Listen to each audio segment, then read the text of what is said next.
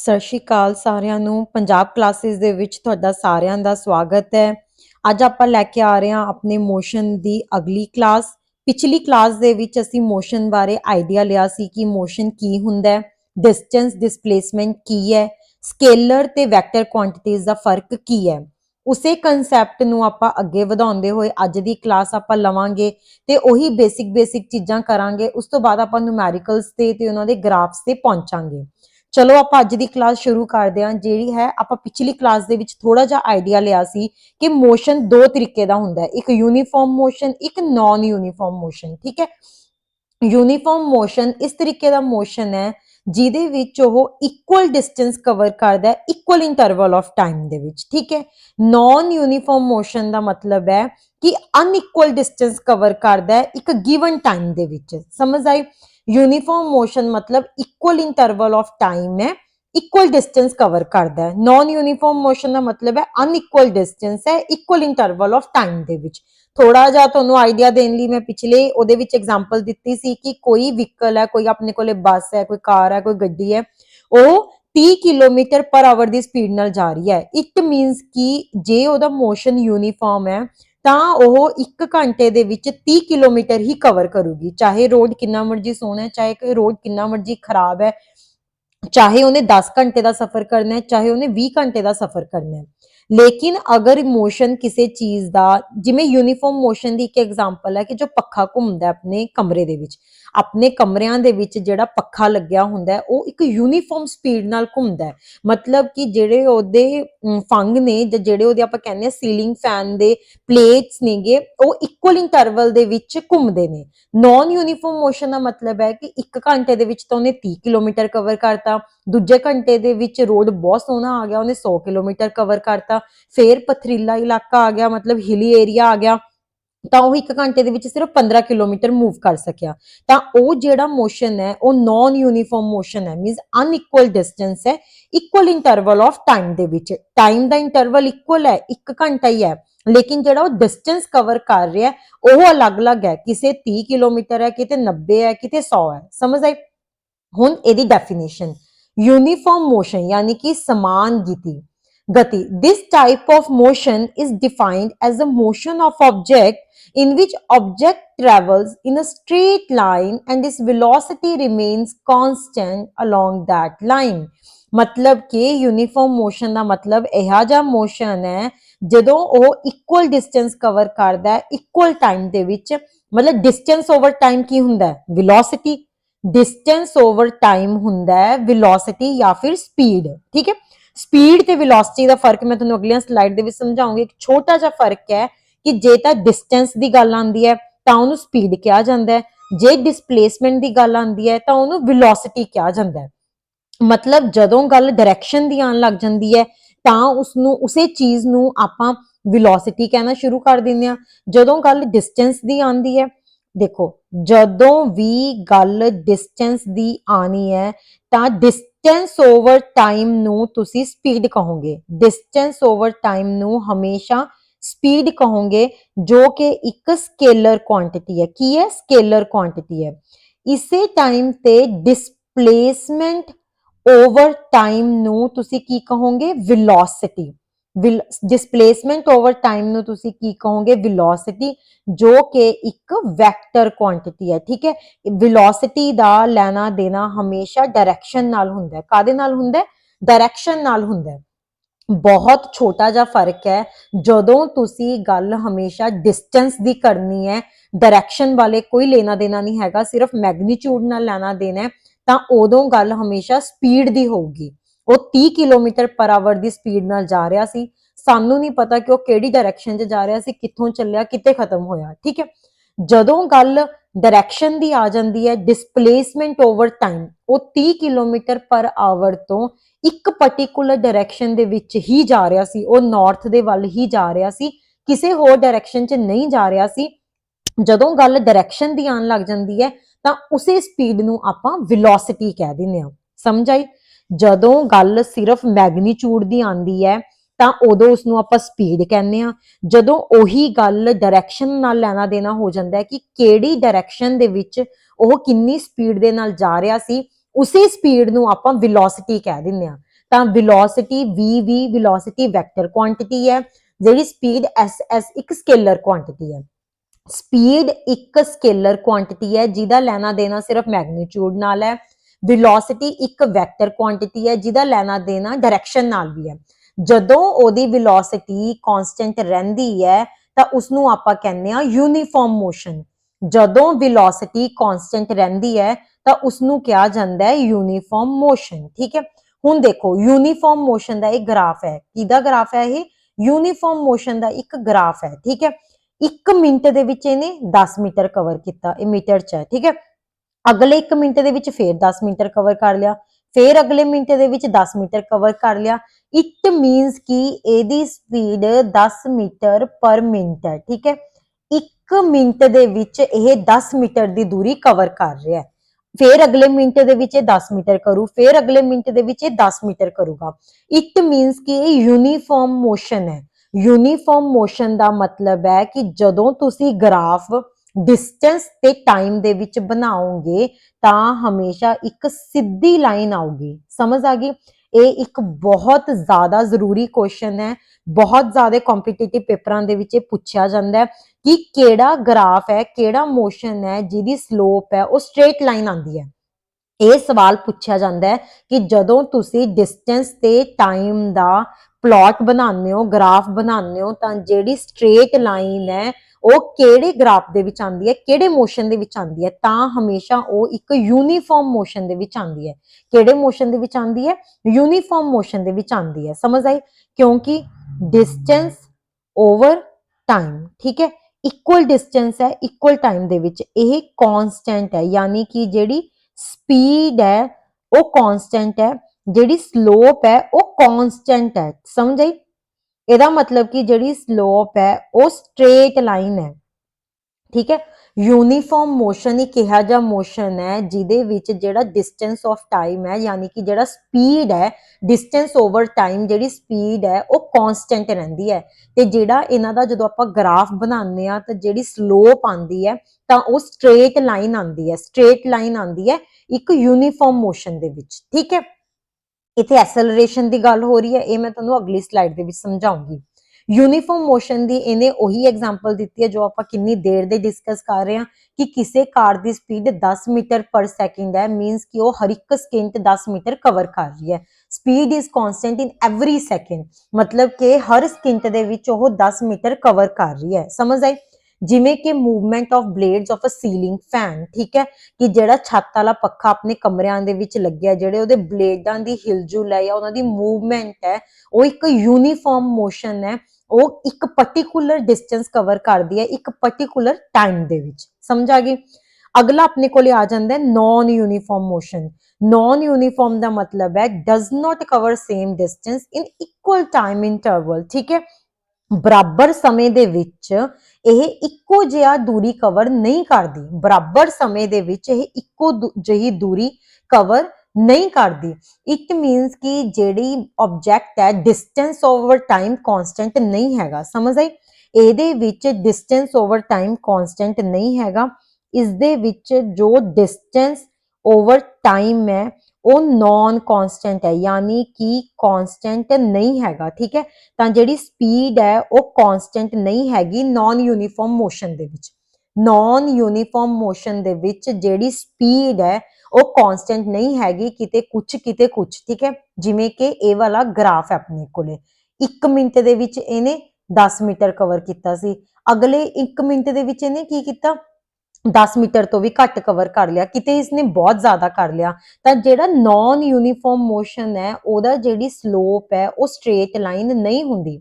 Naan uniform motion ਦੇ ਵਿੱਚ ਜਦੋਂ ਤੁਸੀਂ ਡਿਸਟੈਂਸ ਤੇ ਟਾਈਮ ਦਾ ਗ੍ਰਾਫ ਬਣਾਓਗੇ ਤਾਂ ਜਿਹੜੀ ਸਲੋਪ ਹੈ ਉਹ ਸਟ੍ਰੇਟ ਲਾਈਨ ਨਹੀਂ ਹੋਊਗੀ, ਜਿਹੜੀ ਸਲੋਪ ਹੈ ਉਹ ਸਟ੍ਰੇਟ ਲਾਈਨ ਨਹੀਂ ਹੋਊਗੀ ਨਾਨ ਯੂਨੀਫਾਰਮ ਮੋਸ਼ਨ ਦੇ ਵਿੱਚ, ਲੇਕਿਨ ਯੂਨੀਫਾਰਮ ਮੋਸ਼ਨ ਦੇ ਵਿੱਚ ਉਹ ਹਮੇਸ਼ਾ ਸਟ੍ਰੇਟ ਲਾਈਨ ਰਹੇਗੀ। ਠੀਕ ਹੈ, ਯੂਨੀਫਾਰਮ ਤੇ ਨਾਨ ਯੂਨੀਫਾਰਮ ਮੋਸ਼ਨ ਦੇ ਵਿੱਚ ਤੁਹਾਨੂੰ ਫਰਕ ਸਮਝ ਆ ਗਿਆ ਤੇ ਇਹ ਦੋਨਾਂ ਦੇ ਗ੍ਰਾਫ ਸਮਝ ਆ ਗਏ। ਇਹੀ ਚੀਜ਼ ਸਪੀਡ ਕੀ ਹੁੰਦਾ ਹੈ? ਡਿਸਟੈਂਸ ਟਰੈਵਲਡ ਇਨ ਯੂਨਿਟ ਟਾਈਮ। ਸਮਝ ਆ ਗਈ? ਕਿੰਨਾ ਡਿਸਟੈਂਸ ਉਹਨੇ ਟਰੈਵਲ ਕੀਤਾ ਇੱਕ ਗਿਵਨ ਟਾਈਮ ਦੇ ਵਿੱਚ। 1 ਘੰਟੇ ਦੇ ਵਿੱਚ ਉਹਨੇ 30 ਕਿਲੋਮੀਟਰ ਕਰਤਾ ਤਾਂ ਉਹਦੀ ਸਪੀਡ ਹੈ 30 ਕਿਲੋਮੀਟਰ ਪਰ ਆਵਰ। ਐਸਆਈ ਯੂਨਿਟ ਕੀ ਹੈ ਇਹਦਾ? Metre per second, SI unit kilometre per hour नहीं हुंदा। बहुत ज़्यादा जरूरी ये सवाल है कि स्पीड दा SI यूनिट की है, मीटर पर सेकंड। स्पीड दा SI यूनिट हमेशा मीटर पर सेकंड हुंदा है।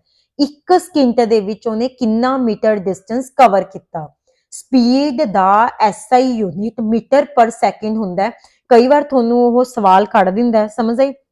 MCQ ਦੇਤਾ, ਉਹਨੇ ਤੁਹਾਨੂੰ ਡਿਸਟੈਂਸ, ਤੁਹਾਨੂੰ ਮਤਲਬ ਕਿ ਸਵਾਲ ਦਾ ਜਿਹੜਾ ਜਵਾਬ ਹੈ ਉਹ ਤੁਹਾਨੂੰ ਪਤਾ ਹੈ, ਲੇਕਿਨ ਉਹ ਲਿਖ ਦਿੰਦਾ ਹੈ ਕਿ ਇਸ ਸਵਾਲ ਦਾ ਜਵਾਬ ਦਿਓ ਇਨ SI ਯੂਨਿਟ। ਸਿੰਪਲ ਤੁਹਾਨੂੰ ਡਿਸਟੈਂਸ ਦਿੱਤਾ ਹੋਇਆ, ਸਿੰਪਲ ਤੁਹਾਨੂੰ ਟਾਈਮ ਦਿੱਤਾ ਹੋਇਆ, ਤੁਸੀਂ ਸਿਰਫ ਸਪੀਡ ਕੱਢਣੀ ਹੈ।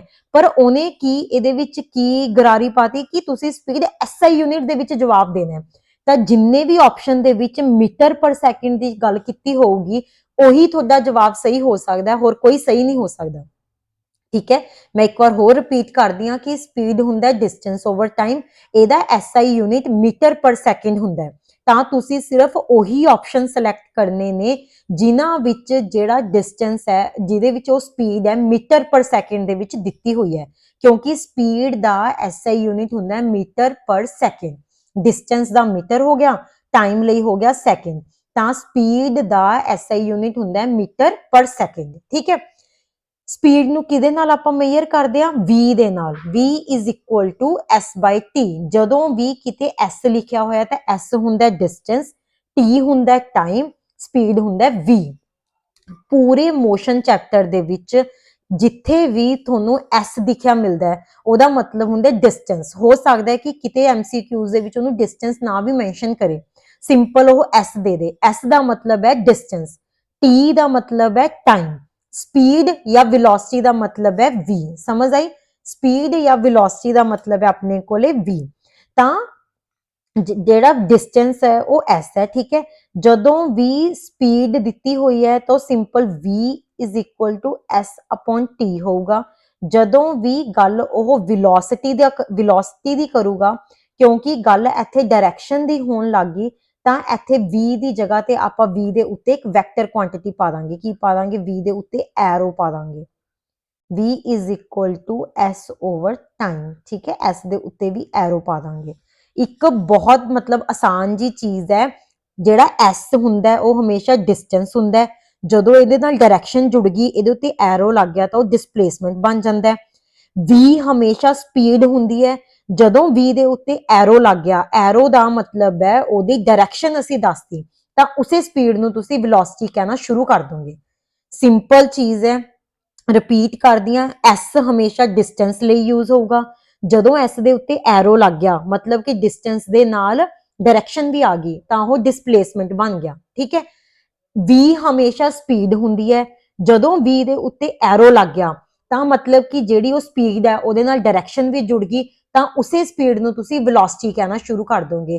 v ਦੇ ਉੱਤੇ ਐਰੋ ਹੁੰਦਾ ਵੈਲੋਸਿਟੀ, v ਕੱਲਾ ਹੁੰਦਾ ਸਪੀਡ। ਠੀਕ ਹੈ, ਸਪੀਡ ਇੱਕ ਸਕੇਲਰ ਕੁਆਂਟੀਟੀ ਹੈ, ਵੈਲੋਸਿਟੀ ਇੱਕ ਵੈਕਟਰ ਕੁਆਂਟੀਟੀ ਹੈ। ਤਾਂ ਸਕੇਲਰ ਕੁਆਂਟੀਟੀ 0 ਵੀ ਹੋ ਸਕਦੀ ਹੈ, ਪੋਜ਼ਿਟਿਵ ਵੀ ਹੋ ਸਕਦੀ ਹੈ, ਪਰ ਕਦੇ ਵੀ ਨੈਗੇਟਿਵ ਨਹੀਂ ਹੋ ਸਕਦੀ। ਕਿਸੇ ਚੀਜ਼ ਦੀ ਸਪੀਡ 0 ਹੋ ਸਕਦੀ ਹੈ, ਉਹ ਚੀਜ਼ ਖੜੀ ਹੈ, ਠੀਕ ਹੈ, ਕਿਤੇ ਨਹੀਂ ਮੂਵ ਕਰ ਰਹੀ, ਉਹਦੀ ਸਪੀਡ 0 ਹੈ। ਉਹਦੀ ਸਪੀਡ ਪੋਜ਼ਿਟਿਵ ਵੀ ਹੋ ਸਕਦੀ ਹੈ, ਲੇਕਿਨ ਕਦੇ ਵੀ ਨੈਗੇਟਿਵ ਨਹੀਂ ਹੋ ਸਕਦੀ ਹੈਗੀ। ਸਪੀਡ ਦਾ ਲੈਣਾ ਦੇਣਾ ਸਿਰਫ ਮੈਗਨੀਚਿਊਡ ਦਾ, ਉਹਨੂੰ ਪੈਸਿਆਂ ਨਾਲ ਲੈਣਾ ਦੇਣਾ, ਉਹਨੂੰ ਕੋਈ ਲੈਣਾ ਦੇਣਾ ਨਹੀਂ ਕਿ ਕੁਆਲਿਟੀ ਕਹੇ ਜੀ ਆ, ਵਧੀਆ ਕਿ ਘਟੀਆ। ਠੀਕ ਹੈ, ਤਾਂ ਸਪੀਡ ਹਮੇਸ਼ਾ 0 ਵੀ ਹੋ ਸਕਦੀ ਹੈ, ਪੋਜ਼ਿਟਿਵ ਵੀ ਹੋ ਸਕਦੀ ਹੈ, ਲੇਕਿਨ ਕਦੇ ਵੀ ਨੈਗੇਟਿਵ ਨਹੀਂ ਹੋ ਸਕਦੀ। ਜਿਹੜਾ ਡਿਸਟੈਂਸ ਹੈ ਉਹ 0 ਵੀ ਨਹੀਂ ਹੋ ਸਕਦਾ। ਡਿਸਟੈਂਸ ਆਪਾਂ ਕਿਹਾ ਸੀ ਹਮੇਸ਼ਾ ਪੋਜ਼ਿਟਿਵ ਹੋਊਗਾ, ਲੇਕਿਨ ਜੋ ਸਪੀਡ ਹੈ ਉਹ 0 ਵੀ ਹੋ ਸਕਦੀ ਹੈ ਤੇ ਪੋਜ਼ਿਟਿਵ ਵੀ। ਗੱਲ ਧਿਆਨ ਰੱਖਣੀ ਹੈ ਕਿ ਡਿਸਟੈਂਸ ਹਮੇਸ਼ਾ ਪੋਜ਼ਿਟਿਵ ਹੁੰਦਾ ਹੈ, ਡਿਸਪਲੇਸਮੈਂਟ ਹੈ ਜਿਹੜਾ ਉਹ 0 ਪੋਜ਼ਿਟਿਵ ਨੈਗੇਟਿਵ ਕੁਝ ਵੀ ਹੋ ਸਕਦਾ। ਸਪੀਡ 0 ਤੇ ਪੋਜ਼ਿਟਿਵ ਹੋ ਸਕਦੀ ਆ, ਵੈਲੋਸਿਟੀ 0 ਪੋਜ਼ਿਟਿਵ ਨੈਗੇਟਿਵ ਕੁਝ ਵੀ ਹੋ ਸਕਦੀ ਹੈ। ਜਿਹੜੀ ਚੀਜ਼ ਵੈਕਟਰ ਕੁਆਂਟੀਟੀ ਹੈ ਉਹ 0 ਪੋਜ਼ਿਟਿਵ ਨੈਗੇਟਿਵ ਕੁਝ ਵੀ ਹੋ ਸਕਦੀ ਹੈ। ਸਕੇਲਰ ਕੁਆਂਟੀਟੀ ਕਦੇ ਨੈਗੇਟਿਵ ਨਹੀਂ ਹੋ ਸਕਦੀ। ਵੈਕਟਰ ਕੁਆਂਟੀਟੀ 0 ਪੋਜ਼ਿਟਿਵ ਨੈਗੇਟਿਵ ਕੁਝ ਮਰਜ਼ੀ ਹੋ ਸਕਦੀ ਹੈ। ਸਕੇਲਰ ਕੁਆਂਟੀਟੀ ਕਦੇ ਵੀ ਨੈਗੇਟਿਵ ਨਹੀਂ ਹੋ ਸਕਦੀ, ਕਦੇ ਵੀ ਨੈਗੇਟਿਵ ਨਹੀਂ ਹੋ ਸਕਦੀ। ਜਾਂ 0 ਹੋਏਗੀ ਜਾਂ ਉਹ ਪੋਜ਼ਿਟਿਵ ਹੋਏਗੀ। ਠੀਕ ਹੈ, ਅੱਗੇ ਵਧਦੇ ਹਾਂ। ਹੁਣ ਇਹ ਕਹਿੰਦਾ ਕਿ ਨॉन यूनिफॉर्म स्पीड की गल करती। 1 घंटे ਦੇ ਵਿੱਚ ਉਹਨੇ 30 ਕਿਲੋਮੀਟਰ ਕਵਰ ਕੀਤਾ। ਕਿਤੇ ਉਹਨੇ 1 ਘੰਟੇ ਦੇ ਵਿੱਚ 100 ਕਿਲੋਮੀਟਰ ਕਵਰ ਕੀਤਾ, ਕਿਤੇ ਉਹਨੇ 1 ਘੰਟੇ ਦੇ ਵਿੱਚ ਸਿਰਫ 10 ਕਿਲੋਮੀਟਰ ਕਵਰ ਕੀਤਾ। ਠੀਕ ਹੈ, ਜਦੋਂ ਕੋਈ ਗੱਡੀ ਇਸ ਸਪੀਡ ਨਾਲ ਚੱਲ ਰਹੀ ਸੀ, ਅਸੀਂ ਕਿਸੇ ਨੂੰ ਦੱਸਣਾ ਵੀ ਉਹਦੀ ਸਪੀਡ ਕਿੰਨੀ ਕੁ ਸੀ, ਮਤਲਬ ਕਿ ਜਿਹੜੀ ਗੱਡੀ ਆ ਉਹ ਕਿੰਨੀ ਸਪੀਡ ਤੇ ਗਈ। ਤਾਂ ਜਦੋਂ ਜਦੋਂ ਯੂਨੀਫਾਰਮ ਮੋਸ਼ਨ ਆ, ਤੁਸੀਂ ਉੱਥੇ ਕਹਿ ਦੋਗੇ 30 ਕਿਲੋਮੀਟਰ ਪਰ ਆਵਰ ਸੀ, ਕਿਸੇ ਮਰਜ਼ੀ ਘੰਟੇ ਦੀ ਗੱਲ ਹੋਵੇ, ਉਹ 30 ਕਿਲੋਮੀਟਰ ਹੀ ਕਵਰ ਕੀਤਾ ਹੈ। ਲੇਕਿਨ ਜਦੋਂ ਤੁਸੀਂ ਇੱਥੇ ਗੱਲ ਕਰਦੇ ਹੋ, ਜਦੋਂ ਤੁਸੀਂ ਇੱਥੇ ਨਾਨ ਯੂਨੀਫਾਰਮ ਮੋਸ਼ਨ ਦੀ ਗੱਲ ਕੀਤੀ, ਤਾਂ ਉਹ ਜਿਹੜਾ ਡਿਸਟੈਂਸ ਸੀ ਉਹ ਅਨਇਕੁਅਲ ਸੀਗਾ। ਤਾਂ ਇੱਥੇ ਗੱਲ ਹਮੇਸ਼ਾ ਐਵਰੇਜ ਸਪੀਡ ਦੀ ਆਊਗੀ, ਇੱਥੇ ਗੱਲ ਹਮੇਸ਼ਾ ਐਵਰੇਜ ਸਪੀਡ ਦੀ ਆਊਗੀ। ਠੀਕ ਹੈ, ਐਵਰੇਜ ਸਪੀਡ ਦਾ ਮਤਲਬ ਹੈ ਟੋਟਲ ਉਹਨੇ ਕਿੰਨਾ ਡਿਸਟੈਂਸ ਕਵਰ ਕੀਤਾ ਤੇ ਕਿੰਨਾ ਟੋਟਲ ਟਾਈਮ ਲਿਆ। ਸਿੱਧੀ ਜੀ ਗੱਲ ਹੈ, ਇੱਕ ਚ ਉਹਨੇ 100 ਕਿਲੋਮੀਟਰ ਕਵਰ ਕਰਤਾ, ਫਿਰ ਉਹਨੇ 30 ਕਿਲੋਮੀਟਰ ਕਵਰ ਕਰਤਾ, ਫਿਰ ਉਹਨੇ 20 ਕਿਲੋਮੀਟਰ ਕਵਰ ਕਰਤਾ। ਠੀਕ ਹੈ, ਯਾਨੀ ਉਹਨੇ ਟੋਟਲ 150 ਕਿਲੋਮੀਟਰ ਕਵਰ ਕੀਤਾ। ਠੀਕ ਹੈ, ਟੋਟਲ 3 ਘੰਟਿਆਂ ਦੇ ਵਿੱਚ ਉਹਨੇ ਕਵਰ ਕੀਤਾ। ਤਾਂ ਉਹਦੀ ਸਪੀਡ ਹੈ ਜਿਹੜੀ ਉਹ 50 ਕਿਲੋਮੀਟਰ ਪਰ ਘੰਟਾ ਹੈ, 50 ਕਿਲੋਮੀਟਰ ਪਰ ਘੰਟਾ ਹੈ। ਸਮਝ ਆ ਗਈ? ਤਾਂ ਇਹ ਜਿਹੜੀ ਸਪੀਡ ਹੈ ਇਹ ਐਵਰੇਜ ਸਪੀਡ ਹੈ। ਜਦੋਂ ਮੋਸ਼ਨ ਨਾਨ ਯੂਨੀਫਾਰਮ ਮੋਸ਼ਨ ਹੁੰਦਾ ਹੈ, ਕਿ ਮਤਲਬ ਇੱਕੋ ਸਾਰ ਨਹੀਂ ਹੁੰਦਾ, ਤਾਂ ਜਿਹੜੀ ਸਪੀਡ ਤੁਸੀਂ ਕੈਲਕੂਲੇਟ ਕਰਦੇ ਹੋ ਉਹ ਹਮੇਸ਼ਾ ਐਵਰੇਜ ਹੁੰਦੀ ਹੈ। ਐਵਰੇਜ ਕਿਵੇਂ ਕੈਲਕੂਲੇਟ ਹੁੰਦੀ ਹੈ? ਟੋਟਲ ਉਹਨੇ ਕਿੰਨਾ ਡਿਸਟੈਂਸ ਕਵਰ ਕੀਤਾ ਡਿਵਾਈਡ ਬਾਈ ਟੋਟਲ ਕਿੰਨਾ ਟਾਈਮ ਲੱਗਿਆ। ਕਿਉਂਕਿ ਤੁਸੀਂ ਐਂ ਤਾਂ ਦੇਖ ਨਹੀਂ ਸਕਦੇ ਵੀ ਕਦੇ 30 ਸੀ, ਕਦੇ ਉਹਨੇ 100 ਕਿਲੋਮੀਟਰ ਕਰ ਲਿਆ, ਕਦੇ 10 ਕਿਲੋਮੀਟਰ ਕਰ ਲਿਆ। ਤਾਂ ਤੁਸੀਂ ਇੱਕ ਸਿੱਧਾ ਜਿਹਾ ਹਿਸਾਬ ਲਾ ਲਓਗੇ। ਕਿਤੇ ਤੁਸੀਂ ਦੇਖੋ 20 ਰੁਪਏ ਦਿੱਤੇ ਸੀ, ਕਿਤੇ ਤੁਸੀਂ 50 ਰੁਪਏ ਦਿੱਤੇ ਸੀ, ਕਿਸੇ ਟੂਰ ਤੇ ਗਏ, ਕਿਤੇ ਤੁਸੀਂ 100 ਰੁਪਏ ਦੇਤੇ। ਤਾਂ ਤੁਸੀਂ ਮੋਟਾ ਹਿਸਾਬ ਲਾਣਾ, ਤੁਸੀਂ ਕੀ ਕਰੋਗੇ? ਸਾਰੇ ਕਿਤੇ ਪੈਸੇ ਟੋਟਲ ਕਰ ਲਓਗੇ। ਠੀਕ ਹੈ, ਸਾਰੇ ਪੈਸੇ ਟੋਟਲ ਕਰ ਲਓਗੇ, ਜਿੰਨੇ ਬੰਦੇ ਸੀਗੇ ਉਹਨਾਂ ਵਿੱਚ ਵੰਡ ਦੋਗੇ। ਆਪਾਂ ਹੀ ਹਿਸਾਬ ਕਰਦੇ ਹਾਂ ਜਦੋਂ ਕੰਟਰੀਬਿਊਟ ਕਰਾਉਂਦੇ ਆ, ਕੰਟਰੀ ਪਾਉਂਦੇ ਆ, ਤਾਂ ਇਸੇ ਤਰੀਕੇ ਨਾਲ ਕਰਦੇ ਆ, ਕਿੰਨੇ ਬੰਦੇ ਸੀ, ਟੋਟਲ ਕਿੰਨਾ ਪੈਸਾ ਸਪੈਂਡ ਹੋਇਆ। ਠੀਕ ਹੈ, ਤਾਂ ਟੋਟਲ ਉਹਨੇ ਕਿੰਨਾ ਡਿਸਟੈਂਸ ਟਰੈਵਲ ਕੀਤਾ ਤੇ ਕਿੰਨਾ ਟੋਟਲ ਟਾਈਮ ਲੱਗਿਆ, ਉਹ ਹੈਗਾ ਉਸਦਾ ਐਵਰੇਜ ਸਪੀਡ। ਜਦੋਂ ਮੋਸ਼ਨ ਨਾਨ ਯੂਨੀਫਾਰਮ ਹੁੰਦਾ ਤਾਂ ਤੁਸੀਂ ਐਵਰੇਜ ਸਪੀਡ ਕੱਢਦੇ ਹੋ ਕਿ total distance divide by total time. Velocity ਕੀ ਹੁੰਦਾ ਹੈ? ਕਿੰਨਾ ਡਿਸਟੈਂਸ ਉਹਨੇ ਟਰੈਵਲ ਕੀਤਾ ਇਨ ਗਿਵਨ ਡਾਇਰੈਕਸ਼ਨ। ਡਿਸਟੈਂਸ ਦੇ ਨਾਲ ਜਦੋਂ ਗਿਵਨ ਡਾਇਰੈਕਸ਼ਨ ਲੱਗ ਗਿਆ ਤਾਂ ਉਹ ਵੈਲੋਸਿਟੀ ਬਣ ਜਾਂਦੀ ਹੈ। ਜਦੋਂ ਹੀ ਸਪੀਡ ਦੇ ਨਾਲ ਡਾਇਰੈਕਸ਼ਨ ਆ ਜਾਂਦੀ ਹੈ ਤਾਂ ਉਹ ਵੈਲੋਸਿਟੀ ਬਣ ਜਾਂਦੀ ਹੈ। ਜਦੋਂ ਸਪੀਡ ਦੇ ਨਾਲ ਡਾਇਰੈਕਸ਼ਨ ਆ ਜਾਂਦੀ ਹੈ ਤਾਂ ਉਹ ਵੈਲੋਸਿਟੀ ਬਣ ਜਾਂਦੀ ਹੈ। ਉਹਨੇ ਕਿੰਨਾ ਡਿਸਟੈਂਸ ਕਵਰ ਕੀਤਾ, ਕਿਹੜੀ ਡਾਇਰੈਕਸ਼ਨ ਦੇ ਵਿੱਚ ਕਵਰ ਕੀਤਾ। ਇਹਦਾ ਐਸਆਈ ਯੂਨਿਟ ਸੇਮ ਰਹੂਗਾ ਮੀਟਰ ਪਰ ਸੈਕਿੰਡ, ਕਿਉਂਕਿ ਵੈਲੋਸਿਟੀ ਤੇ ਸਪੀਡ ਦੇ ਵਿੱਚ ਸਿਰਫ ਕਿਸ ਚੀਜ਼ ਦਾ ਫਰਕ ਹੈ? ਡਾਇਰੈਕਸ਼ਨ ਦਾ। ਵੀ ਸਪੀਡ ਦੇ ਵਿੱਚ ਡਾਇਰੈਕਸ਼ਨ ਨਹੀਂ ਹੁੰਦੀ, ਵੈਲੋਸਿਟੀ ਦੇ ਵਿੱਚ ਡਾਇਰੈਕਸ਼ਨ ਹੁੰਦੀ ਹੈ। ਸਪੀਡ ਤੇ ਵੈਲੋਸਿਟੀ ਦੇ ਵਿੱਚ ਇੱਕ ਛੋਟਾ ਜਿਹਾ ਫਰਕ ਹੈ, ਸਿਰਫ ਡਾਇਰੈਕਸ਼ਨ ਦਾ। ਸਪੀਡ ਦੇ ਵਿੱਚ ਡਾਇਰੈਕਸ਼ਨ ਨਹੀਂ ਹੁੰਦੀ, ਵੈਲੋਸਿਟੀ ਦੇ ਵਿੱਚ ਡਾਇਰੈਕਸ਼ਨ ਹੁੰਦੀ ਹੈ। ਠੀਕ ਹੈ, ਇਹਦੇ ਐਸਆਈ ਯੂਨਿਟ ਨੇ ਜਿਹੜੇ ਉਹ ਸੇਮ ਰਹਿਣਗੇ metre per second. SI unit ਇਹਦੇ ਸੇਮ ਰਹਿਣਗੇ ਮੀਟਰ ਪਰ ਸੈਕਿੰਡ। ਠੀਕ ਹੈ, velocity distance travel in a given direction over time taken, यानी velocity over time taken, ਤਾਂ v vector ਕੀ ਹੋਊਗਾ? s vector over time। ਸਮਝ ਆ ਗਈ? s vector over time। ਮੈਂ ਕਿਹਾ ਸੀ v ਹੁੰਦੀ ਹੈ ਸਪੀਡ, ਜਦੋਂ v ਦੇ ਉੱਤੇ ਡਾਇਰੈਕਸ਼ਨ ਲੱਗ ਗਈ, ਐਰੋ ਲੱਗ ਗਿਆ ਤਾਂ ਉਹ ਬਣ ਗਈ ਵੈਲੋਸਿਟੀ। s ਹੁੰਦਾ ਡਿਸਟੈਂਸ, ਜਦੋਂ ਡਿਸਟੈਂਸ ਦੇ ਉੱਤੇ ਐਰੋ ਲੱਗ ਗਿਆ ਤਾਂ ਉਹ ਬਣ ਗਿਆ ਡਿਸਪਲੇਸਮੈਂਟ। ਤਾਂ ਸਪੀਡ ਹੁੰਦੀ ਹੈ ਡਿਸਟੈਂਸ ਓਵਰ ਟਾਈਮ ਔਰ ਵੈਲੋਸਿਟੀ ਹੁੰਦੀ ਹੈ ਡਿਸਪਲੇਸਮੈਂਟ ਓਵਰ ਟਾਈਮ। ਸਪੀਡ ਹੁੰਦੀ ਹੈ ਆਪਣੇ ਕੋਲੇ ਡਿਸਟੈਂਸ ਓਵਰ ਟਾਈਮ। ਸਮਝ ਆਈ? ਡਿਸਟੈਂਸ ਓਵਰ ਟਾਈਮ ਇਹ ਹੁੰਦੀ ਹੈ v is equal to s over time. ਆ ਦੇਖ ਲਓ ਦੋਨਾਂ ਦਾ ਫਰਕ। ਸਪੀਡ ਹੁੰਦੀ ਹੈ distance over time, v is equal to s by t। ਜਦੋਂ ਇਸੇ ਡਿਸਟੈਂਸ ਦੀ ਜਗ੍ਹਾ ਤੇ ਡਿਸਪਲੇਸਮੈਂਟ ਆ ਜਾਂਦਾ ਹੈ ਤਾਂ ਇੱਥੇ s ਦੇ ਉੱਤੇ ਐਰੋ ਬਣ ਜਾਂਦਾ ਹੈ। ਜਦੋਂ ਸਪੀਡ ਦੇ ਨਾਲ ਡਾਇਰੈਕਸ਼ਨ ਆ ਜਾਂਦੀ ਹੈ ਤਾਂ v ਦੇ ਉੱਪਰ ਐਰੋ ਬਣ ਜਾਂਦਾ ਹੈ। ਸਿੰਪਲ ਜੀ ਗੱਲ ਸੀ। ਧਿਆਨ ਨਾਲ ਤੁਸੀਂ ਇਹ ਕਲਾਸ ਸੁਣੋਗੇ, ਧਿਆਨ ਨਾਲ ਇਹਨੂੰ ਐਨਾਲਾਈਜ਼ ਕਰੋਗੇ, ਇੱਕ ਦੋ ਵਾਰ ਪ੍ਰੈਕਟਿਸ ਕਰੋਗੇ, ਚੀਜ਼ਾਂ ਤੁਹਾਡੇ ਦਿਮਾਗ ਦੇ ਵਿੱਚ ਇੰਨੇ ਸਿੱਧੇ ਤਰੀਕੇ ਨਾਲ ਬੈਠ ਜਾਣਗੀਆਂ ਕਿ ਕਦੇ ਇਸ ਚੀਜ਼ ਨੂੰ ਰਿਵਾਈਜ਼ ਕਰਨ ਦੀ ਲੋੜ ਨਹੀਂ ਹੈਗੀ। MCQs ਇਹਨਾਂ ਚੈਪਟਰਸ ਦੇ ਬਹੁਤ ਸੌਖੇ ਹੁੰਦੇ ਨੇ, ਲੇਕਿਨ ਪ੍ਰੋਬਲਮ ਕੀ ਹੈ ਕਿ ਤੁਹਾਨੂੰ ਬੇਸਿਕ ਹੀ ਕਲੀਅਰ ਨਹੀਂ ਹੁੰਦੇ। ਆਪਾਂ ਨੂੰ ਕਨਸੈਪਟ ਦੀ ਹੀ ਕਲੈਰਿਟੀ ਨਹੀਂ ਹੁੰਦੀ, ਇਸ ਕਰਕੇ ਸਾਡੇ ਤੋਂ ਉਹ MCQ ਸੋਲਵ ਹੀ ਨਹੀਂ ਹੁੰਦੇ। ਸਭ ਤੋਂ ਪਹਿਲਾਂ ਮੈਂ ਇਹ ਸਾਰੇ ਚੈਪਟਰ ਦੀ ਥਿਊਰੀ ਖਤਮ ਕਰਾਉਂਗੀ, ਨਾਲ ਦੀ ਨਾਲ ਮੈਂ ਇਸੇ ਚੈਪਟਰ ਦੇ ਤੁਹਾਨੂੰ MCQ ਕਰਾਉਂਗੀ। ਉਹਨਾਂ ਵਿੱਚੋਂ ਅੱਧੇ ਸਵਾਲ ਇਹੋ ਜਿਹੇ ਹੋਣਗੇ ਜਿਨ੍ਹਾਂ ਦਾ ਜਵਾਬ ਤੁਹਾਨੂੰ ਪਹਿਲਾਂ ਹੀ ਪਤਾ ਹੋਊਗਾ। ਕਿਉਂ? ਕਿਉਂਕਿ ਤੁਸੀਂ ਥਿਊਰੀ ਚੰਗੀ ਤਰ੍ਹਾਂ ਪੜ੍ਹੀ ਹੋਊਗੀ। ਅੱਗੇ ਚੱਲਦੇ ਹਾਂ ਆਪਾਂ। ਕਹਿੰਦਾ v velocity ਹੈ s displacement ਹੈ, ਠੀਕ ਹੈ। velocity ਇੱਕ ਵੈਕਟਰ ਕੁਆਂਟੀਟੀ ਹੈ, ਤਾਂ ਇੱਕ ਪੋਜ਼ਿਟਿਵ ਵੀ ਹੋ ਸਕਦੀ ਹੈ, ਨੈਗੇਟਿਵ ਵੀ ਹੋ ਸਕਦੀ ਹੈ ਤੇ ਜ਼ੀਰੋ ਵੀ ਹੋ ਸਕਦੀ ਹੈ, ਠੀਕ ਹੈ। ਲੇਕਿਨ ਜਿਹੜੀ ਸਪੀਡ ਸੀਗੀ ਉਹ ਜਾਂ ਪੋਜ਼ਿਟਿਵ ਸੀ ਜਾਂ ਜ਼ੀਰੋ ਸੀਗੀ, ਸਮਝ ਆ ਗਈ। velocity ਇੱਕ ਵੈਕਟਰ ਕੁਆਂਟੀਟੀ ਹੈ, ਤਾਂ ਉਹ ਪੋਜ਼ਿਟਿਵ ਵੀ ਹੋ ਸਕਦੀ ਹੈ, ਨੈਗੇਟਿਵ ਵੀ ਹੋ ਸਕਦੀ ਹੈ ਤੇ ਜ਼ੀਰੋ ਵੀ ਹੋ ਸਕਦੀ ਹੈ। ਜਿਹੜੀ ਸਪੀਡ ਹੈ ਉਹ ਸਿਰਫ ਪੋਜ਼ਿਟਿਵ ਤੇ ਜ਼ੀਰੋ ਹੋ ਸਕਦੀ ਹੈ, ਠੀਕ ਹੈ। ਹੁਣ ਯੂਨੀਫਾਰਮ ਨॉन ਯੂਨੀਫਾਰਮ ਮੋਸ਼ਨ ਦੀ ਗੱਲ ਤੁਸੀਂ ਪਹਿਲਾਂ ਹੀ ਕਰ ਲਈ, ਠੀਕ ਹੈ। ਐਵਰੇਜ ਵੈਲੋਸਿਟੀ ਦੀ ਗੱਲ ਹੋ ਗਈ ਕਿ ਜਦੋਂ ਤੁਸੀਂ, ਉਹਨੇ ਕਿਹਾ ਕਿ ਜਦੋਂ ਵੈਲੋਸਿਟੀ ਯੂਨੀਫਾਰਮ ਰੇਟ ਤੇ ਸੀ ਤਾਂ ਐਵਰੇਜ ਵੈਲੋਸਿਟੀ ਦਾ ਮਤਲਬ ਕੀ ਹੈ? ਐਵਰੇਜ ਵੈਲੋਸਿਟੀ ਦਾ ਮਤਲਬ ਹੈ initial and final velocities of the body. ਮਤਲਬ ਕਿ ਤੁਸੀਂ ਲਾ ਲਓ ਕਿ ਜਦੋਂ ਤੁਸੀਂ ਘਰੋਂ ਚੱਲਣਾ ਸ਼ੁਰੂ ਕੀਤਾ ਤਾਂ ਸੜਕ ਵੀ ਬਹੁਤ ਵਧੀਆ ਸੀ, ਤੁਸੀਂ ਬਹੁਤ એનર્ਜੈਟਿਕ ਸੀਗੇ, ਤੁਸੀਂ 30 ਕਿਲੋਮੀਟਰ ਪਰ ਆਵਰ ਦੀ ਸਪੀਡ ਨਾਲ ਚੰਗੇ ਭਲੇ ਇੱਕ ਡਾਇਰੈਕਸ਼ਨ 'ਚ ਚੱਲ ਰਹੇ ਸੀਗੇ, ਠੀਕ ਹੈ। 30 ਕਿਲੋਮੀਟਰ ਪਰ ਆਵਰ ਦੀ ਸਪੀਡ ਨਾਲ, ਠੀਕ ਹੈ। ਉਸ ਤੋਂ ਬਾਅਦ ਕੀ ਹੋਇਆ, ਤੁਸੀਂ ਰਾਤ ਹੋਣ ਲੱਗ ਗਈ, ਥੋੜਾ ਜਿਹਾ ਥੱਕ ਗਏ, ਥੋੜੀ ਜਿਹੀ ਤੁਹਾਡੀ ਸਪੀਡ ਘਟ ਗਈ, ਤੁਸੀਂ 20 ਕਿਲੋਮੀਟਰ ਪਰ ਆਵਰ ਦੀ ਸਪੀਡ ਨਾਲ ਚੱਲਣ ਲੱਗ ਗਏ, ਠੀਕ ਹੈ। ਤਾਂ ਆਪਣੇ ਕੋਲੇ ਜਿਹੜੀ ਫਾਈਨਲ ਵੈਲੋਸਿਟੀ ਕੀ ਹੋਗੀ, ਇਹ ਦੋਨਾਂ ਦਾ ਮੀਨ ਹੋਗੀ। ਮਤਲਬ ਕਿ initial velocity v1 plus v2 by 2, ਠੀਕ ਹੈ। ਪਹਿਲਾਂ 30 ਕਿਲੋਮੀਟਰ ਪਰ ਆਵਰ ਦੀ ਸਪੀਡ ਨਾਲ ਸੀ, ਫਿਰ ਤੁਸੀਂ 20 ਕਿਲੋਮੀਟਰ ਪਰ ਆਵਰ ਦੀ ਸਪੀਡ ਨਾਲ ਹੋਏ, ਤਾਂ 30 plus 20 ਕਿੰਨਾ ਹੋ ਗਿਆ, 50 by 2 25, ਠੀਕ ਹੈ। ਇਟ ਮੀਨਸ ਕਿ ਐਵਰੇਜ ਤੁਸੀਂ 25 ਕਿਲੋਮੀਟਰ ਪਰ ਆਵਰ ਦੀ ਸਪੀਡ ਨਾਲ ਗਏ। ਇਹ ਗੱਲ ਧਿਆਨ ਨਾਲ ਯਾਦ ਰੱਖੋ, ਗੱਲ ਇਹ ਯੂਨੀਫਾਰਮ ਉਹਦੀ ਇਹ ਗੱਲ ਕਰ ਰਿਹਾ, ਠੀਕ ਹੈ। ਨॉन ਯੂਨੀਫਾਰਮ ਵੈਲੋਸਿਟੀ ਦੇ ਵਿੱਚ ਗੱਲ ਕਰ ਰਿਹਾ ਹੈ, ਗੱਲ ਚੱਲ ਰਹੀ ਹੈ ਨॉन ਯੂਨੀਫਾਰਮ ਵੈਲੋਸਿਟੀ ਦੀ, ਠੀਕ ਹੈ, ਵੇਰੀਏਬਲ ਵੈਲੋਸਿਟੀ ਦੀ। ਤਾਂ ਇਹ ਕਹਿੰਦਾ ਕਿ ਪਹਿਲਾਂ ਤੁਸੀਂ 30 ਕਿਲੋਮੀਟਰ ਪਰ ਆਵਰ ਦੀ ਸਪੀਡ ਨਾਲ ਕਾਫੀ ਡਿਸਟੈਂਸ ਕਵਰ ਕਰ ਲਿਆ, ਉਸ ਤੋਂ ਬਾਅਦ ਤੁਸੀਂ 20 ਕਿਲੋਮੀਟਰ ਪਰ ਆਵਰ ਦੀ ਸਪੀਡ ਨਾਲ ਕਾਫੀ ਡਿਸਟੈਂਸ ਕਵਰ ਕਰ ਲਿਆ, ਤਾਂ ਜਿਹੜੀ ਵੈਲੋਸਿਟੀ ਹੋਊਗੀ ਉਹ ਐਵਰੇਜ ਵੈਲੋਸਿਟੀ ਹੋਊਗੀ, ਯਾਨੀ ਇਨੀਸ਼ੀਅਲ 30 ਪਲੱਸ ਫਾਈਨਲ 20 ਬਾਈ 2, ਇਹਨਾਂ ਦਾ ਮੀਨ, ਯਾਨੀ 50 ਬਾਈ 2 25, ਤਾਂ 25 ਕਿਲੋਮੀਟਰ ਪਰ ਆਵਰ ਦੀ ਉਹਦੀ ਐਵਰੇਜ ਵੈਲੋਸਿਟੀ ਸੀਗੀ। ਸਮਝ ਆ ਗਈ ਤੁਹਾਨੂੰ? ਔਸਤ ਗਤੀ ਸੀ, ਐਵਰੇਜ ਵੈਲੋਸਿਟੀ ਸੀ, ਔਸਤ ਗਤੀ ਸੀ, ਸਮਝ ਆ ਗਈ। ਇਹ ਕੋਈ ਬਹੁਤ ਜ਼ਿਆਦਾ ਮਤਲਬ ਕਿ ਪਹਾੜ ਨਹੀਂ ਹੈਗਾ ਜਿਹਨੂੰ ਕਵਰ ਕਰਨ ਦੀ ਲੋੜ ਹੈ ਤੁਹਾਨੂੰ। ਆ ਦੇਖੋ ਇੱਥੇ ਉਹ 40 ਮਿੰਟ ਸੀਗੇ, 25 ਕਿਲੋਮੀਟਰ ਸੀਗਾ, ਇੱਥੇ ਆਪਣੇ ਕੋਲੇ 35 ਕਿਲੋਮੀਟਰ ਸੀਗਾ ਕੁਝ 50 ਮਿੰਟਾਂ ਦੇ ਵਿੱਚ। ਤਾਂ ਤੁਸੀਂ ਇਹਨਾਂ ਦਾ ਐਵਰੇਜ ਦੇਖਣਾ ਹੈ, ਕਿਉਂਕਿ ਮੋਸ਼ਨ ਯੂਨੀਫਾਰਮ ਸੀ ਤਾਂ ਇਹ ਲਾਈਨ ਸਟ੍ਰੇਟ ਹੈ। ਤਾਂ ਐਵਰੇਜ ਵੈਲੋਸਿਟੀ ਹੁੰਦੀ ਹੈ, ਇਹ ਜਿਹੜੀਆਂ ਚੀਜ਼ਾਂ ਹੁਣ ਮੈਂ ਸਮਝਾ ਰਹੀ ਹਾਂ ਇਹ ਨੂਮੈਰੀਕਲਸ ਦੇ ਵਿੱਚ ਕੰਮ ਆਉਣਗੀਆਂ ਤੇ ਇਹਨਾਂ ਨੂੰ ਚੰਗੀ ਤਰ੍ਹਾਂ ਪੜ੍ਹਨਾ ਹੈ। ਜਦੋਂ ਵੈਲੋਸਿਟੀ ਚੇਂਜ ਹੁੰਦੀ ਹੈ ਟਾਈਮ ਦੇ ਨਾਲ, ਤਾਂ ਉੱਥੇ ਆਪਾਂ ਐਵਰੇਜ ਵੈਲੋਸਿਟੀ ਦੀ ਗੱਲ ਕਰਦੇ ਹਾਂ, initial velocity plus final velocity by 2, ਠੀਕ ਹੈ। ਇਨੀਸ਼ੀਅਲ ਵੈਲੋਸਿਟੀ ਹਮੇਸ਼ਾ u ਨਾਲ ਰਿਪਰੈਜ਼ੈਂਟ ਹੁੰਦੀ ਹੈ, ਫਾਈਨਲ ਵੈਲੋਸਿਟੀ ਹਮੇਸ਼ਾ v ਨਾਲ ਹੁੰਦੀ ਹੈ।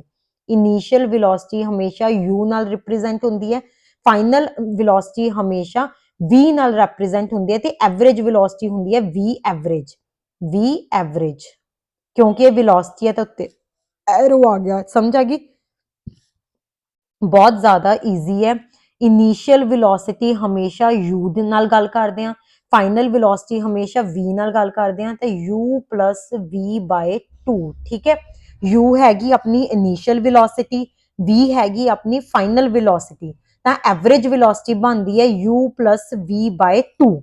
ਕੋਈ ਚੀਜ਼ u ਸੀ 30 ਕਿਲੋਮੀਟਰ ਪਰ ਆਵਰ, v ਫਾਈਨਲ ਸੀ 20 ਕਿਲੋਮੀਟਰ ਪਰ ਆਵਰ, ਤਾਂ ਐਵਰੇਜ ਵੈਲੋਸਿਟੀ ਇਹ ਦੋਨਾਂ ਦਾ ਮੀਨ ਹੋਊਗਾ, ਇਹ ਦੋਨਾਂ ਦਾ ਮੀਨ ਹੋਊਗਾ, ਯਾਨੀ ਕਿ ਐਡ ਕਰਕੇ ਡਿਵਾਈਡ ਬਾਈ 2 ਕਰ ਦੇਣਾ, ਠੀਕ ਹੈ, ਕਿਉਂਕਿ ਦੋ ਹੀ ਵੈਲੋਸਿਟੀ ਸੀ। ਤਾਂ u plus ਐਵਰੇਜ ਵੈਲੋਸਿਟੀ ਹੁੰਦੀ ਹੈ v average, it is equal to u plus v by 2, where u is the initial velocity, v is the final velocity, v average is the average velocity। ਸਮਝ ਆਈ? ਜਦੋਂ ਵੀ ਮੈਂ ਤੁਹਾਨੂੰ ਇਹ chapter ਪੜ੍ਹਾ ਰਹੀ ਹਾਂ ਫਿਜ਼ਿਕਸ ਦੇ ਵਿੱਚ ਕੀ ਹੁੰਦਾ ਹੈ ਕਿ ਮੋਸਟਲੀ ਤੁਹਾਡੇ ਕੋਲੇ ਨੂਮੈਰੀਕਲਸ ਹੁੰਦੇ ਆ, ਤੇ ਸਵਾਲ ਜ਼ਿਆਦਾਤਰ ਚਾਂਸਸ ਹੁੰਦੇ ਆ ਕਿ ਸਵਾਲ ਨੂਮੈਰੀਕਲਸ ਤੋਂ ਆਣਗੇ। ਤਾਂ ਜਦੋਂ ਵੀ ਤੁਸੀਂ ਕੋਈ ਨਵਾਂ ਫਾਰਮੂਲਾ ਪੜ੍ਹਦੇ ਹੋ, ਉਹਨੂੰ ਨਾਲ ਦੀ ਨਾਲ ਆਪਣੀ ਹੈਂਡ ਰਾਈਟਿੰਗ ਦੇ ਵਿੱਚ ਆਪਣੇ ਹੱਥਾਂ ਨਾਲ ਤੁਸੀਂ ਇੱਕ ਕਿਤਾਬ ਤੇ ਲਿਖ ਲੈਣਾ। ਜਿਵੇਂ ਪਹਿਲਾ ਫਾਰਮੂਲਾ ਸੀ ਸਪੀਡ ਦਾ, ਵੈਸੇ ਮੈਂ ਇਸ ਚੈਪਟਰ ਦੇ ਐਂਡ ਦੇ ਵਿੱਚ ਤੁਹਾਨੂੰ ਸਾਰੇ ਫਾਰਮੂਲਿਆਂ ਦੀ ਇੱਕ ਪੇਜ ਵੀ ਦਊਂਗੀ, ਜਿਹਦਾ ਤੁਸੀਂ ਸਕਰੀਨਸ਼ਾਟ ਲੈ ਕੇ ਰੱਖ ਲਓਗੇ, ਤੁਹਾਨੂੰ ਉੱਥੋਂ ਯਾਦ ਕਰ ਲਓਗੇ। ਲੇਕਿਨ ਕਿਸੇ ਦੇ ਫਾਰਮੂਲੇ ਲਿਖੇ ਹੋਇਆਂ ਨੂੰ ਯਾਦ ਕਰਨ ਤੋਂ ਬੈਟਰ ਹੈ ਤੁਸੀਂ ਆਪਣੇ ਹੱਥਾਂ ਦੇ ਨਾਲ ਆਪਣੀ ਕਿਤਾਬ ਦੇ ਉੱਤੇ ਸਾਰੇ ਦੇ ਸਾਰੇ ਫਾਰਮੂਲੇ ਨੋਟ ਕਰਨੇ ਨੇ। ਪਹਿਲਾ ਫਾਰਮੂਲਾ ਸੀ ਸਪੀਡ ਦਾ, ਡਿਸਟੈਂਸ ਓਵਰ ਟਾਈਮ ਯੂਨਿਟ ਸੀ ਮੀਟਰ ਪਰ ਸੈਕਿੰਡ, ਠੀਕ ਹੈ। ਦੂਜਾ ਆ ਗਿਆ ਵੈਲੋਸਿਟੀ ਦਾ, ਡਿਸਪਲੇਸਮੈਂਟ ਓਵਰ ਟਾਈਮ ਯੂਨਿਟ ਹੈਗਾ ਮੀਟਰ ਪਰ ਸੈਕਿੰਡ, ਠੀਕ ਹੈ। ਫਿਰ ਆ ਗਿਆ ਐਵਰੇਜ ਵੈਲੋਸਿਟੀ ਦਾ, ਐਵਰੇਜ ਵੈਲੋਸਿਟੀ ਹੁੰਦੀ ਹੈ v average u plus v/2, ਹੈਗੀ ਤਾਂ ਇਹ ਵੈਲੋਸਿਟੀ ਹੋਈ ਹੈ ਤਾਂ ਇਹਦਾ ਯੂਨਿਟ ਵੀ ਕੀ ਰਹੂਗਾ, ਮੀਟਰ ਪਰ ਸੈਕਿੰਡ, ਠੀਕ ਹੈ। ਯੂਨਿਟ ਕੀ ਰਹੂਗਾ, ਮੀਟਰ ਪਰ ਸੈਕਿੰਡ। ਚਲੋ ਜੀ, ਅਗਲਾ ਬਹੁਤ ਜ਼ਿਆਦਾ ਇੰਪੋਰਟੈਂਟ ਆਪਣਾ ਇੱਕ ਟੌਪਿਕ ਆਉਂਦਾ ਹੈ ਐਸਲਰੇਸ਼ਨ, ਠੀਕ ਹੈ। ਬਹੁਤ ਇੱਕ ਸਿੰਪਲ ਭਾਸ਼ਾ ਦੇ ਵਿੱਚ ਮੈਂ ਤੁਹਾਨੂੰ ਸਮਝਾਉਂਦੀ ਹਾਂ ਕਿ ਐਸਲਰੇਸ਼ਨ ਕੀ ਹੁੰਦਾ। ਜਦੋਂ ਤੁਸੀਂ ਕਿਸੇ ਬੱਸ, ਕਾਰ, ਟ੍ਰੇਨ, ਗੱਡੀ ਦੀ ਗੱਲ ਕਰਦੇ ਹੋ, ਉਹਦੇ ਵਿੱਚ ਆਪਾਂ ਕਹਿੰਦੇ ਐਸਲਰੇਟਰ ਆ, ਐਸਲਰੇਟਰ ਤੇ ਪੈਰ ਰੱਖੋ, ਠੀਕ ਹੈ। ਐਸਲਰੇਸ਼ਨ ਕਿੰਨੀ ਆ ਉਹਦੀ, ਐਸਲਰੇਸ਼ਨ ਦਾ ਮਤਲਬ ਹੈ ਕਿ ਉਹਦੀ ਕਿੰਨੀ ਕਪੈਸਿਟੀ ਆ ਸਪੀਡ ਨੂੰ ਗੇਨ ਕਰਨ ਦੀ, ਕਿੰਨੀ ਛੇਤੀ ਉਹ ਸਪੀਡ ਗੇਨ ਕਰ ਰਿਹਾ, ਠੀਕ ਹੈ। ਉਹਦਾ ਪਿਕਅਪ ਕਿੰਨੀ ਹੈ, ਐਸਲਰੇਸ਼ਨ ਦਾ ਮਤਲਬ ਹੈ ਕਿ ਕੋਈ ਜਿਹੜੀ ਗੱਡੀ ਆਪਣੀ ਉਹਦੀ ਪਿਕਅਪ ਕਿੰਨੀ ਹੈ, ਕਿੰਨੀ ਛੇਤੀ ਉਹ ਸਪੀਡ ਨੂੰ ਪਿਕ ਕਰ ਲੈਂਦਾ ਹੈ, ਠੀਕ ਹੈ। ਇਹਦਾ ਮਤਲਬ ਹੈ ਕਿ rate of change of velocity with time, ਮੈਂ ਇੱਕਦਮ ਸ਼ੁਰੂ ਕੀਤੀ ਸੀਗੀ 10 ਕਿਲੋਮੀਟਰ ਪਰ ਆਵਰ ਦੀ ਸਪੀਡ ਨਾਲ, ਮਿੰਟੋ ਮਿੰਟੀ ਉਹ 90 ਕਿਲੋਮੀਟਰ ਪਰ ਆਵਰ ਦੀ ਸਪੀਡ ਤੇ ਹੋ ਗਈ, ਠੀਕ ਹੈ। ਇਟ ਮੀਨਸ ਕਿ ਉਹਦੀ ਜਿਹੜੀ ਐਸਲਰੇਸ਼ਨ ਹੈ ਉਹ ਬਹੁਤ ਫਾਸਟ ਆ, ਘੱਟ ਟਾਈਮ ਦੇ ਵਿੱਚ ਉਹਨੇ ਬਹੁਤ ਛੇਤੀ ਵੈਲੋਸਿਟੀ ਚੇਂਜ ਕਰ ਲਈ। ਇੱਕ ਇੱਕ ਸ਼ਬਦ ਨੂੰ ਬਹੁਤ ਧਿਆਨ ਨਾਲ ਸਮਝੋ, ਠੀਕ ਹੈ।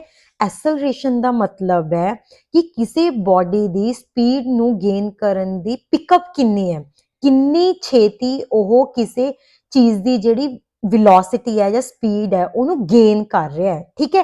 ਇਟ ਮੀਨਸ ਕਿ ਉਹ ਘੱਟ ਟਾਈਮ ਦੇ ਵਿੱਚ, ਜੇ ਕਿਸੇ ਚੀਜ਼ ਦੀ ਐਸਲਰੇਸ਼ਨ, ਕੋਈ ਗੱਡੀ ਆ ਬਹੁਤ ਮਹਿੰਗੀ ਗੱਡੀ ਆ ਜਿਹੜੀ ਬਹੁਤ ਵਧੀਆ ਫੀਚਰਸ ਨੇ, ਉਹਦੀ ਐਸਲਰੇਸ਼ਨ ਜ਼ਿਆਦਾ ਹੋਊਗੀ, ਕਿਉਂ, ਮੀਨਸ ਘੱਟ ਟਾਈਮ ਦੇ ਵਿੱਚ ਉਹ ਜਲਦੀ ਵੈਲੋਸਿਟੀ ਪਿਕ ਕਰ ਰਿਹਾ ਹੈ।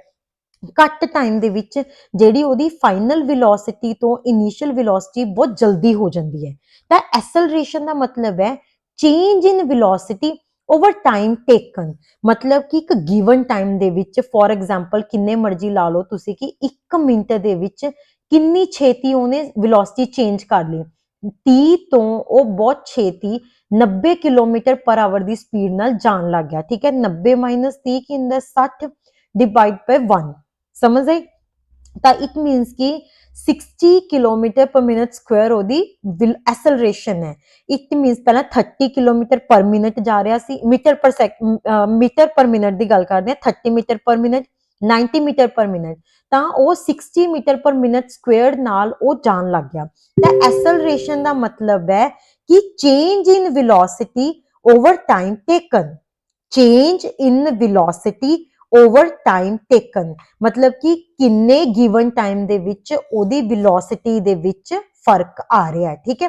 ਐਸਲਰੇਸ਼ਨ ਬਹੁਤ ਸਿੱਧੀ ਭਾਸ਼ਾ ਦੇ ਵਿੱਚ ਉਹਦਾ ਮਤਲਬ ਹੁੰਦਾ ਹੈ ਕਿ ਕੋਈ ਬੋਡੀ, ਕੋਈ ਗੱਡੀ ਹੈ, ਉਹ ਕਿੰਨੀ ਜਲਦੀ ਸਪੀਡ ਨੂੰ ਗੇਨ ਕਰ ਰਹੀ ਹੈ, ਕਿੰਨੀ ਜਲਦੀ ਉਹ ਸਪੀਡ ਨੂੰ ਪਿਕਅਪ ਕਰ ਰਹੀ ਹੈ। ਇਟ ਮੀਨਸ ਕਿ change in velocity over time taken, acceleration ਦਾ ਮਤਲਬ ਹੈ change in velocity over time taken.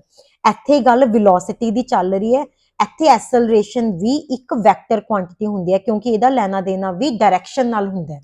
ਐਸਲਰੇਸ਼ਨ ਕਦੇ ਵੀ ਚੇਂਜ ਆਫ ਸਪੀਡ ਨਹੀਂ ਹੁੰਦਾ, ਐਸਲਰੇਸ਼ਨ ਹੁੰਦਾ change in velocity over time taken, final velocity minus initial velocity over time taken, ਸਮਝ ਆ ਗਈ। A is equal to V minus U by T, A is equal to V minus U by T, ਇਹ ਆਪਣੀ ਅਗਲੀ ਆਪਾਂ slabs ਦੇ ਵਿੱਚ ਦੇਖ ਵੀ ਸਕਦੇ ਹਾਂ। A is equal to V minus U by T, ਸਮਝ ਆਈ। ਐਸਲਰੇਸ਼ਨ ਦਾ ਮਤਲਬ ਹੈ A is equal to V final velocity minus U divide by T, ਠੀਕ ਹੈ। ਐਸਲਰੇਸ਼ਨ ਇੱਕ ਵੈਕਟਰ ਕੁਆਂਟੀਟੀ ਹੈ, ਜੇ ਐਸਲਰੇਸ਼ਨ ਇੱਕ ਵੈਕਟਰ ਕੁਆਂਟੀਟੀ ਹੈ ਤੇ ਪੋਜ਼ਿਟਿਵ ਵੀ ਹੋ ਸਕਦੀ ਹੈ, ਨੈਗੇਟਿਵ ਵੀ ਹੋ ਸਕਦੀ ਹੈ ਤੇ ਜ਼ੀਰੋ ਵੀ ਹੋ ਸਕਦੀ ਹੈ। ਤਾਂ ਐਸਲਰੇਸ਼ਨ ਹੁੰਦਾ ਹੈ final velocity minus initial velocity divide by time taken. A is equal to V minus U by T, where U is the initial velocity, V is the final velocity, A is the acceleration, T is the time taken, ठीक है। A is equal to acceleration ਹੁੰਦਾ ਹੈ change in velocity divide by time taken, A is equal to V minus U by T, u is initial velocity, v is final velocity, t is time taken। ਇਹ ਇੱਕ vector quantity ਹੈ ਤੇ positive negative zero ਕੁਝ ਵੀ ਹੋ ਸਕਦਾ ਹੈ, ਠੀਕ ਹੈ। v ਮਾਈਨਸ u, ਠੀਕ ਹੈ, 30 ਮੀਟਰ ਪਰ ਸੈਕਿੰਡ, ਇਹ 20 ਮੀਟਰ ਪਰ ਸੈਕਿੰਡ, ਤੇ ਇਹ ਦੋਨਾਂ ਦੇ ਯੂਨਿਟ ਤਾਂ ਮੀਟਰ ਪਰ ਸੈਕਿੰਡ ਰਹਿਣਗੇ।